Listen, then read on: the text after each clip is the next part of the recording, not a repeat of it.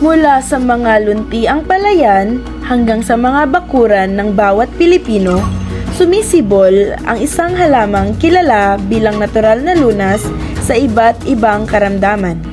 Ito ang lagundi o five-leaved chaste tree, isa sa mga 10 halamang gamot na aprobado ng Department of Health ng Pilipinas. Ngayong araw, sama-sama nating tuklasin ang kasaysayan, gamit at kabuluhan ng halamang ito sa modernong medisina.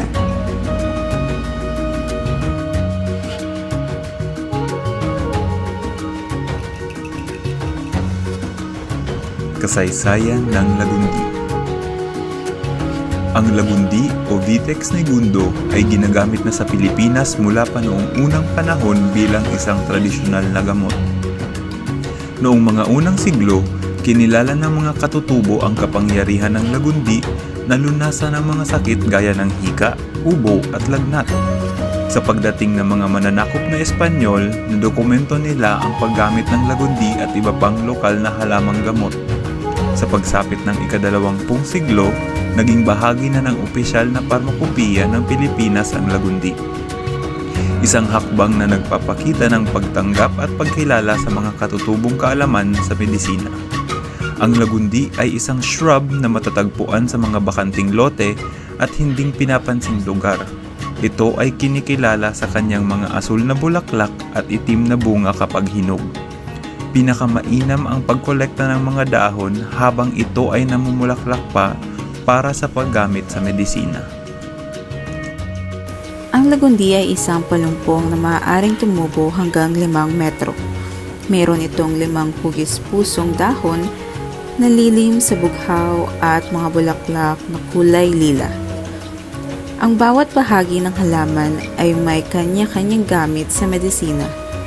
Ang mga dahon na pinakamadalas gamitin ay mayaman sa mga kemikal na compounds tulad ng terpenoids, flavonoids at essential oils, na lahat ay may mahahalagang papel sa pagbibigay ng therapeutic effects.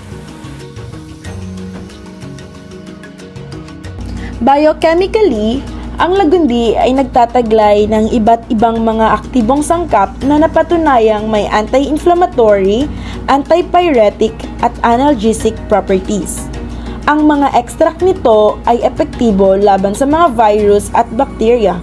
Suportado ng flavonoids tulad ng quercetin at luteolin na nagbibigay ng anti-allergy effects, habang ang terpenoids ay nakakatulong sa pagbawas ng pamamaga.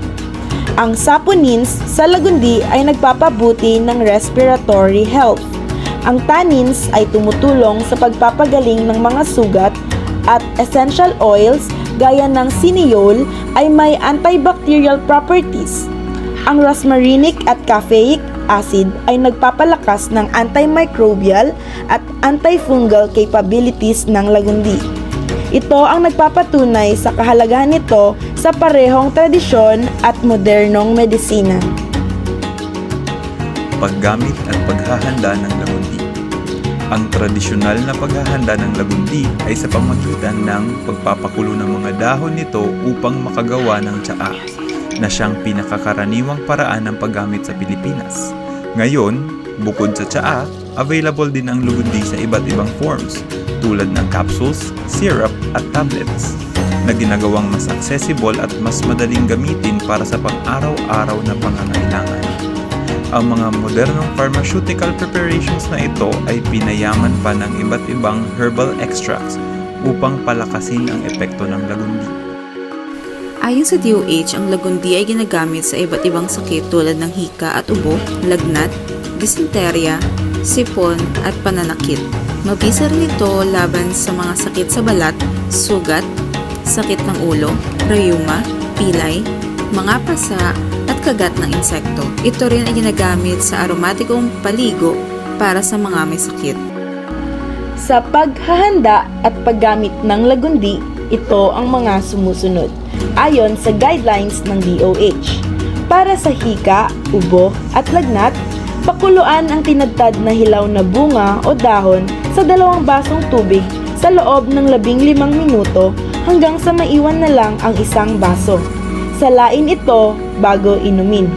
Para sa disenterya, sipon at pananakit, pakuluan ang isang dakot ng dahon at bulaklak sa tubig upang makagawa ng isang basong decoction.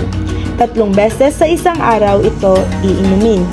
Para sa sakit sa balat at sugat, maghanda ng decoction mula sa dahon. Hugasan at linisin ang balat o sugat gamit ang decoction. Para sa sakit ng ulo, ilapat ang dinurog na dahon sa noo. Para sa rayuma, pilay, pasa at kagat ng eksekto, dikdikin ang dahon at ilapat sa apektadong bahagi. Adverse effects. Bagamat ito ay mabisang gamot, ang lagundi ay maaaring magdulot ng ilang minor side effects tulad ng pagkahilo o pagduduwal sa ilang mga tao.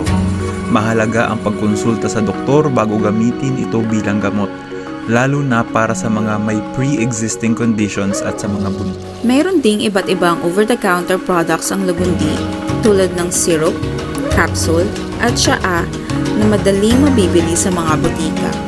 Ang mga produktong ito ay praktikal para sa araw-araw na paggamit sa pagtugon sa mga karaniwang sakit. Sa mga nakaraang taon, ang lagundi ay hindi lamang kilala sa mga bahay-bahay, kundi maging sa mga patalastas sa telebisyon at mga billboard sa kabaan ng ating kalsada. Ang pagiging epektibo nito ay kilala hindi lang sa Pilipinas, kundi pati rin sa international na merkado. Ang paglaganap ng mga patalastas tulad ng nakikita nyo ngayon ay patunay ng tiwala at epektibong resulta ng lagundi. Mula sa simpleng tsaa hanggang sa mga modernong tabletas at syrup, ang halamang ito ay patuloy na umaani ng pagkilala sa larangan ng kalusugan. Sa patuloy na pagsasaliksik at pag-unlad, ang lagundi ay hindi lamang nagpapanatili ng kanyang lugar bilang isang mahalagang bahagi ng tradisyonal na medisinang Pilipino, kundi pati na rin bilang isang halimbawa ng potensyal ng natural ng mga gamot sa modernong medisina. Sa bawat tasa ng tsaa, kapsul o sirup, ang lagundi ay nagbibigay lunas, umaalalay at nagpapabuti ng kalusugan ng bawat Pilipino. Sa pagsasama-sama ng tradisyon at siyensa, patuloy na nagbibigay ang lagundi ng kaligtasan at kagalingan sa maraming Pilipino. Isang halaman, maraming benepisyo.